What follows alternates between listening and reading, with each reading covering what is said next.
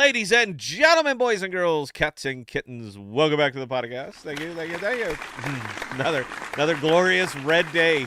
Another glorious red day of crypto, and we go on anyway, man. We're just here, just catching all the misery. It gets exhausting, but you know what? You got to smile, man. If you can't make it across, smile as you go under. Uh, the podcast is your home for rational crypto news and objectivity, leaving emotion at the door. Talking about what we like, why we like it, where we see it going. We are not offering financial advice. Nobody, I don't think anybody should today. We are telling you what we do, and that is all. We don't slow down. We don't let up. Full speed is our only speed. I'm your host, Scott, pragmatic investor who has won and losing fortunes. And joining me, as always, is the greatest producer of all time, Belle. How are you doing today, Belle? I yeah, I mean, about the same as yesterday. The market's still bloody, so yeah. Yeah, and it's we're in the trenches. All right, we're here, and so yeah, I can't really take a hands off attitude when I'm discussing this. I've lost $60,000 this morning, just watching it go down, man. Nothing you can do, just watch it sail on down. It's fantastic. Uh, Here at the podcast, we have a tendency to talk about what others are not talking about and bringing the focus onto use case cryptos because, as we know, these are what drive the market and bring innovation to a world that desperately needs it. The status quo, it's no longer acceptable. Time for a technological revolution. Welcome to crypto. Welcome to the podcast. Thank you, thank you, thank you. And I love that. I love that song, by the way, Belle. I love that intro song. You don't remember the highlight of that song because you're kind of a younger girl. But in 1990, I was stationed at Corey Station in Pensacola for my advanced electronics training. This is what put me on the path to my fame and fortune. And we had a really cool thing up there. It was a video jukebox, and you could put, I don't remember what it was, a quarter, something like that. It was the 90s, or I mean, it literally was 90, so it wasn't as expensive like it was here. But I swear, every other video was that video. I mean, that's it. That one and Love in an Elevator, that they just got played over and over. I happen to dig it because for some reason, Paula Abdul, she's just got this ultimate she just sings in this ultimate spank me voice that is just so appealing to an 18-year-old boy that was stationed at Pensacola, or that was stationed at Corey Station in Pensacola. And if anybody's been over there, any Navy people, you guys remember NAS was just down the road. Naval Air Station, Florida was just down the road, and it was a good time. I didn't have any bills, didn't have kids, no responsibilities. It was just an awful lot of fun. So yeah, guys, look, man, I like to start off with the Bitcoin chart just because we always do. This is Bitcoin being Bitcoin, man. It is what it is. But even though it still has a tremendous amount of influence on what happens to effectively every other token, particularly those of us in the cosmos who are just watching it bleed, it seems to hit one particular token a little bit harder than everything else, and that token, of course, being osmosis. Now, Osmo is, for all intents and purposes, the Bitcoin of the cosmos because there are so many things that are paired up against Osmo that what Osmo does, everything else does. And it sucks because I really don't want to I really don't want to own osmosis. But we thought it'd be fun to actually shed a little bit more light on this. Why does Osmo do what it does, and how does it affect everything else? Because whether or not you own it, you own it. All right, it is the big dog out here. It is that which others shall be measured against, and what it does, everything else does. It just, it's the nature of it, and it kind of is what it is. I'm doing a comparison chart right now because I just, it works better when you're actually doing comparison. So, uh, this is kind of fun right now. So you're looking at Jackal, my beloved Jackal, that has very, very meager trading volume. There isn't much going on over here. In fact, yesterday there wasn't a whole hell of a lot going on over here. But the whole thing is bled off almost 6%. Now, I want you to look at something real, real close. Look at it from here to here. I just want you to kind of burn that into your mind because when we pull up the mighty osmosis, you're going to see some very, very incredible similarities to these two things, to these two charts, because Jackal only has two really, really heavy pairings. One of them is with Osmosis, which is unfortunate, and the other is with Archway, which is even more unfortunate, because if we take a look over here at Archway, it got quite a bit of the same bleed, but not quite as much. But when you really look at this, the archway, and take a look at it over the month or the 3 months, and 3 months is pretty telling, because that's kind of where it is. Now the crushing bleed here, that was Archie's, man. That was a terrible, terrible launch, and I think a lot of people got disillusioned with that chain and kind of walked away. But we're not talking about Archway here. We are in fact talking about Osmo. Now there's some unmentionables when you get into these larger tokens like this, such as Osmosis, such as Atom, and so forth. There are some very, very big unmentionables that we simply don't talk about.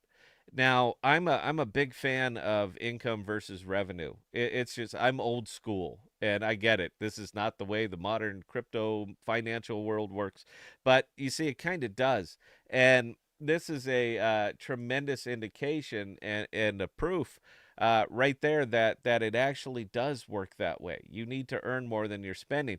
So I went and took another look because, again, for some reason, the shills are just dead on this one, by the way. Where are you guys? All right, where are the Osmo Maxis? Got to buy, got to hold, got to believe. $10 coming. August, it'll be $10. Where did you guys go? Because it seems like you're going out of your way shilling things like Nutsack and some of these little ruggy Kajira tokens. You're hitting the hell out of those. But the Osmo people, they just run and hide. It's typical. This is what happens. All right, when the token goes down, the token goes south. All of your all the influencers whose wrists don't seem to have any kind of structure to them. But when it goes bad like this, they just run and hide, and then they'll do, "I'll zoom out," and I do, I do. I mean, I'm not forgetting the fact that very briefly back here that token was sitting at 22 cents, 22, and it wasn't that long ago. But again, everything that runs out here is kind of dependent on Osmo. So let's break it down a little bit. Now, these are the top. I only did the math for 9 of them. But these are the top 9 validated, 10 validators. I only put 9 of them on here for osmosis. Now, this one is a little bit hurtful to me every time I pull it up or break it out a little bit. But this right here, that number right there, $50,000, $50,278 is the daily emissions, the daily tokens that are pumped out to these top 9 validators, to these guys right here. Again, I didn't put the 10th on there. My screen was cut off and I didn't care. But that's what's being paid out to those. Now, that's not what the validators are earning. All right, most of them are simply own. Oh, I didn't show it. I'm sorry, I didn't have the chart on. That makes it more fun, doesn't it? $50,278, and I got that number by adding up the amount of tokens that are staked on these top 9 validators, multiplying it by the APR, which is shown right over here at 14.42, and then dividing that number by 365. So it's not exactly, Elon Musk level math, but it's close enough to get us into the ballpark. Now, the validators themselves are not really earning that, except for this guy, and some of these other ones, and these are VC validators. So they got their early tokens. They stake the hell out of them. They sit here and farm you day after day after day with 100% commission. It's pretty clear that you are on here simply to farm. You're the number 2 validator.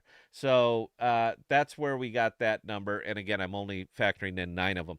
Now, if I added up all the rest, I'm going to say we're going to double it plus about 30%. All right, that's, again, I'm not going to do it. I'm going to ballpark it. So let's just say $130,000 is being paid out to the validator set every day. 24/7, 365, $130,000 is being paid out. All right, those costs have to be accounted for.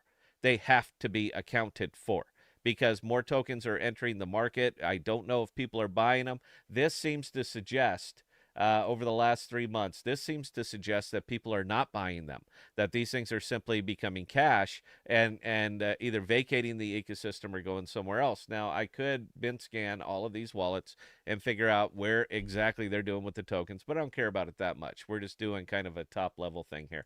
So let's assume $130,000 a day. I think that's a very, very safe number. That is $4 million a month. That is just shy of $50 million a year that is being paid for the infrastructure. So, in order for this to be profitable, then that means that OSMO, the token OSMO, because that's what you're using here, is going to have to earn more than $50 million a year just to break even. It's going to have to earn more than $50 million per year. Now, with the way they have their things set up with the LP pools and so forth, it is the people providing liquidity that tend to earn the lion's share of all of this. Because if they're not, what are they bothering for? Why are they doing it? So you have the bulk of the income is actually going over to the liquidity providers and not to the token or the DEX itself. So I would ask the question again, how are they earning money? How are they being profitable? Because we know that they're paying out approximately $50 million a year to their validator set, just to the validator set. Guys, this does not count dev fees. This does not count development costs. This does not count what you're paying all of the different devs on this chain. This is just the validator set. Now, I don't know what they're earning. I don't know how they're getting paid. I don't know if they're being paid out in OSMO tokens, which they're going to liquidate for cash because got to live, right? And Maseratis are not cheap. So where is this money coming from that's going to support this thing? Now, I am indifferent to it. I don't own a lot of Osmo, maybe 300 or 400 bucks. I don't care. But because this token affects every other token that I seem to hold over here in the cosmos, it's kind of putting me to a real, real tough decision. Do I want to sit over here and see what happens, to watch that thing bleed? Because the difference in 3 months between what that token has done in 3 months and what Bitcoin has done in 3 months. Because if we come over here and take a look at Bitcoin and we break it out to a day, where are we at? So let's say February, March, April. We'll just call it February to May. This is February of this year, Bitcoin. All right, sitting down there at about $36,000. Currently, it's at about $64,000. That's 3 months. 3 months. This is Osmo in those same 3 months, down from a high of $1.80 all the way down to sitting at 92.5 cents now. So it has effectively bled off $600 million worth of value in 3 months. So what stops this? What turns this around? Because your validator set is incredibly expensive. It is too much. It is way too much for what they actually provide. You are paying through the nose. But see, they're not. You are. The people who hold the token, you're paying through the nose. You are the one that is supporting this. And unfortunately, everybody else is out here as well. That means any token that is touching Osmo in any way, shape, or form is also paying for these infrastructure costs. You're paying for these lifestyles. You're paying for all of these things. So where's the ROI on this? What do you get out of it? Because all I'm seeing right now is 3 months of doom. I'm seeing 3 months of 50% of everything shut off. And it's kind of funny because it hit every other token out here in the cosmos. Practically all of them have also bled off 50% of their value in 3 months. They did it because this did it. They did it. This did it because they are paying entirely too much for their infrastructure costs. And there is going to have to be an accountability on this. Now, they're never going to show you those numbers. They are never going to put them out. They're never going to come out and say, Scott, you are just dead wrong, and here's why. Now, I'm waiting. I would love to be proven wrong. But, see, I believe my eyes as opposed to what somebody is telling me. I can look, and I can see it. And when I look and I see it, and it just looks like this kind of doom, it puts me to a very hard decision. Do I want to continue to support this? Do I want to come over here and be stuck? Now, my big tokens I am stuck with. My Jackal, I'm stuck because this is where it is. My Akash, I'm stuck because this is where it is. But there are a lot of other bleeding projects over here that I really have zero interest in that are also paying out very, very expensive infrastructure costs that you're paying as well.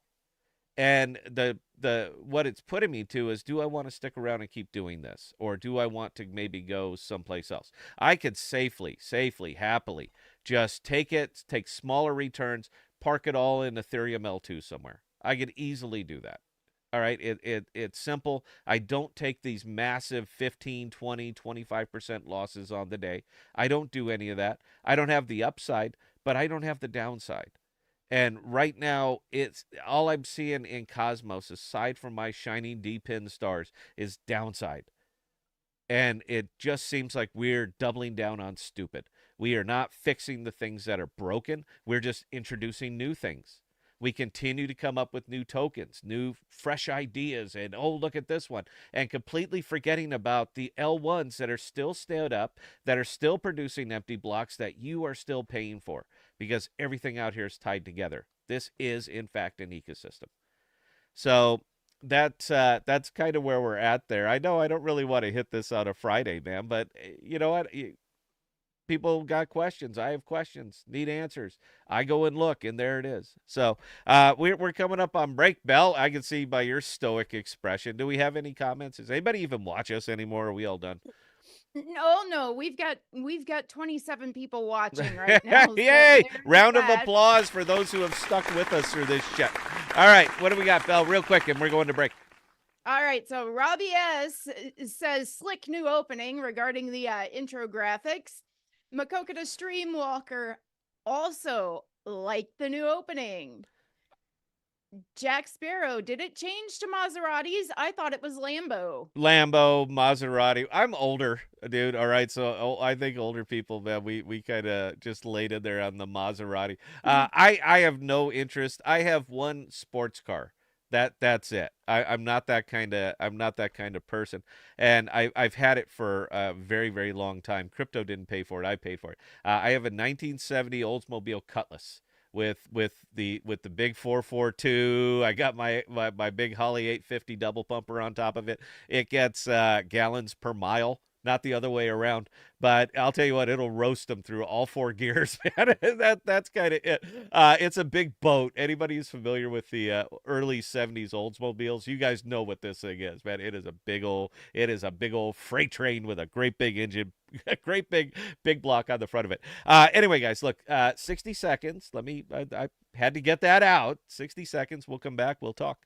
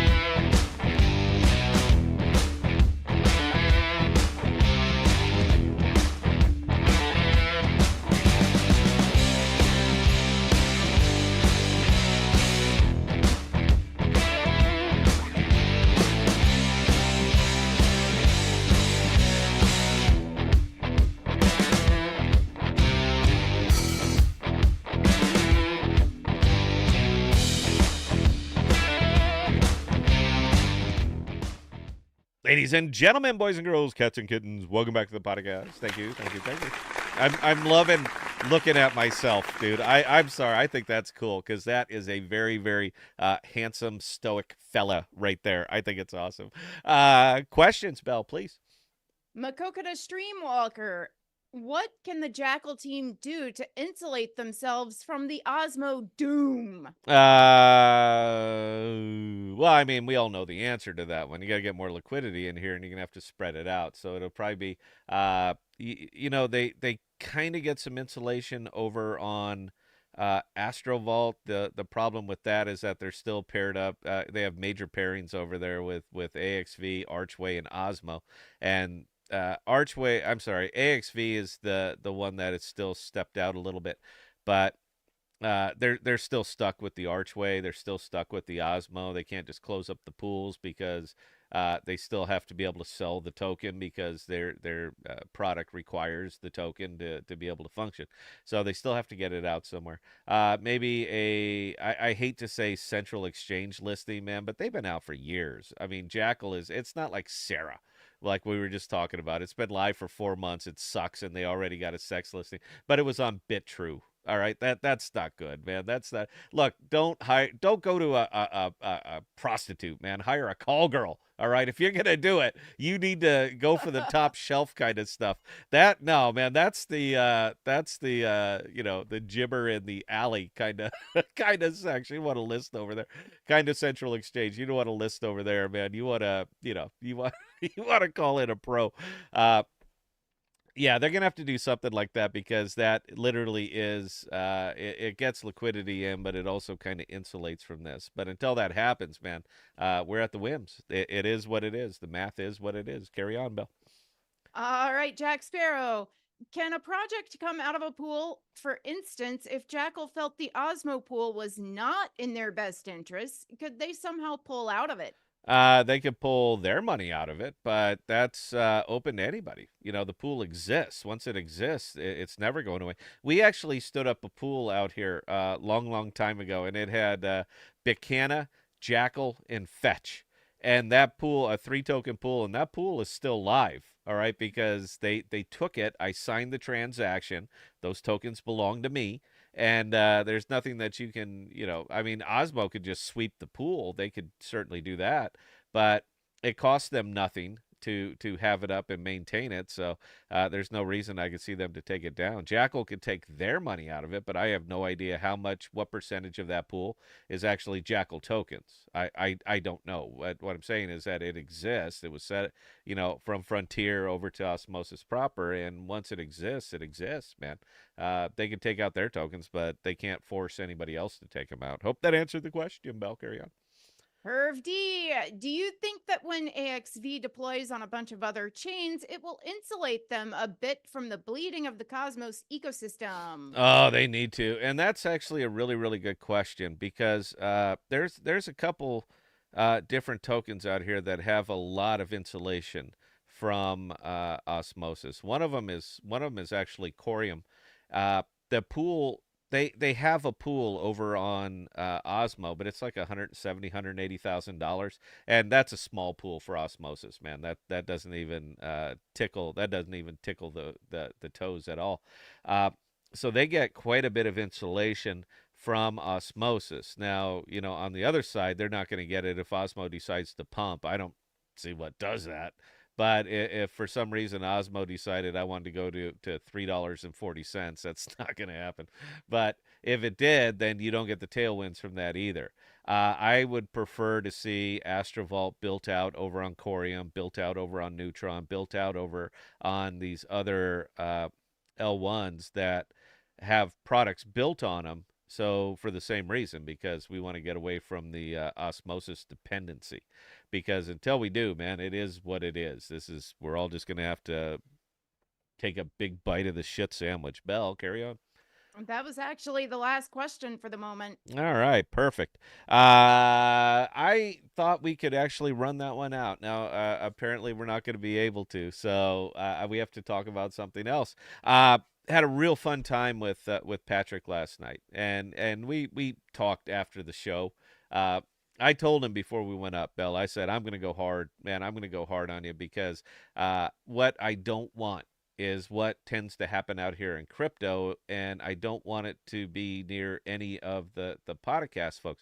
I mean, I'm not your gatekeeper. You're all grown adults. You guys can make your own damn decisions, but I don't want anything that I might say or not say to somewhat influence anybody's decision on this, man. You're like I said, you do you, bro. But we get a lot of people that sweep into crypto, and they come in, they cash the check, they hit the cash register, and then they are gone, baby, gone. Now their legacy remains because this is blockchain. It is a ledger, so what you do on here can never be erased, and we remember what you did. But I just don't want to see this be one of those things that it's neat. We're successful out here in Web 2. Hey, let's move into Web 3. These are kind of cool. But let's go in here and let's get some money and then see how it goes. I can't have that. All right. That is experimenting. That is, well, we're just going to try some things. Yeah, but you're going to try some things uh, on people's money over here. All right, this is work, this is effort, this is blood, sweat, and tears that they put in to earn that money so that you can come over here and maybe fuck around with it. So if the questions were very, very hard last night, it's because we cannot take another one of those things. We've had too many of those things. Cosmos is bleeding flat. That is L1 after L1 after L1 out here that you're paying for, that you are paying for, and the fact that they're all hooked through Osmo, which has a massive validator set that you're paying for, and that it all runs with Atom, that has a shockingly large validator set that you are all paying for. All right, there is so much money leaving here organically just through the mechanism to even be able to produce blocks. There is so much money that's coming out of here, and there is not much that's coming in. And I mean, that is a fact. I can show it all day. How do you earn revenue? Well, we don't because it doesn't matter. Yeah, it does. Yeah, it does. Because you're paying this out. So if you're paying it out, surely you have a mechanism in place to earn it, but you don't. It's we got to get new people in. And tell me, show of hands, how many people see this over on Twitter? Well, we just have to onboard new people. That's the secret. We just have to onboard new people. See it every day. I'm active over there on crypto Twitter. It's a well of darkness, but I still do it, so you don't have to. But that's like the secret. Well, we just got to get more people. No, that's pump my bags. That's the same thing you said about the Bitcoin ETFs. Well, we just need more money in here, and everything will be better. It's a pump my bags kind of thing. So when you're that's your whole plan is we just have to onboard new people up here, new sheep to shear, but you don't disclose everything to them. That's where we come in. All right, that's where the podcasts come in because we damn sure disclose everything to them because I don't want to see anybody else get fucked. It happens over here every single day, and it's got to stop.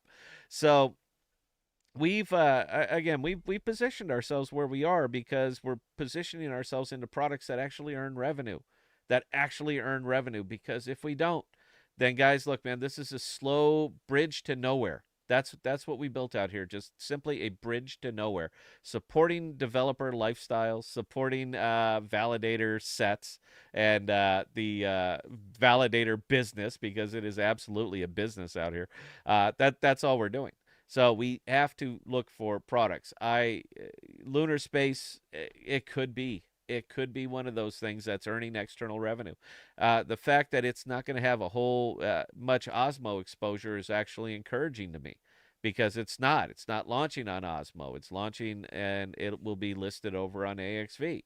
So on Astrovault, so it will get a little bit of insulation from it. And the fact that they are running everything through Corium, which is also pretty well insulated from Osmo, I see all of these as pluses.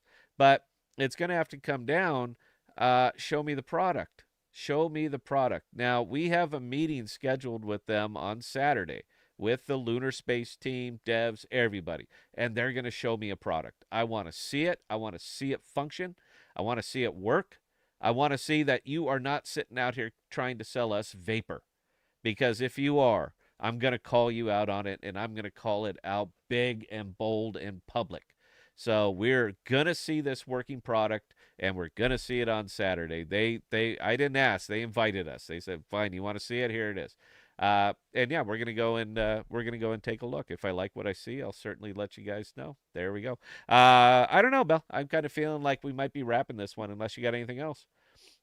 There aren't any new questions. So, We're yeah. we're just not the intriguing people that we used to be. All right, I'm going to cut it here then a few minutes early. If you guys have any questions or comments, gotthepodcast.com. You know where to find me. Bell, go ahead and talk us up. Get us out. All right. Again, ladies and gentlemen, for those of you who joined us this morning, we cannot say thank you guys enough. We do appreciate each and every one of you guys, and we do appreciate the questions you ask us. Now, with that being said, we are going to be back on Monday. The time may change, though, so keep an eye on Discord and Telegram for an announcement about new times. With that being said, If you guys have any other comments, questions, or concerns, definitely don't hesitate to reach out to Scott or myself, Scott at thepodcast.com or Bella at thepodcast.com, and we'll get those answered for you. Again, can't thank you enough, guys, and we'll see you on Monday.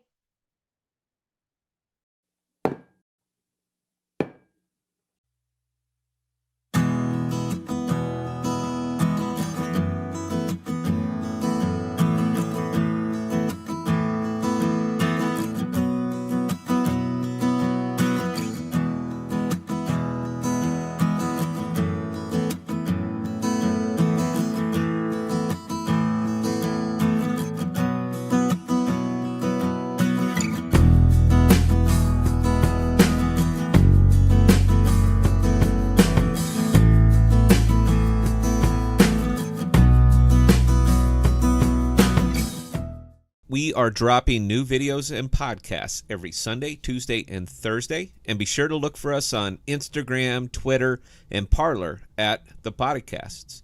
Also, visit our page at ThePodocasts.com, all one word, for all of our most current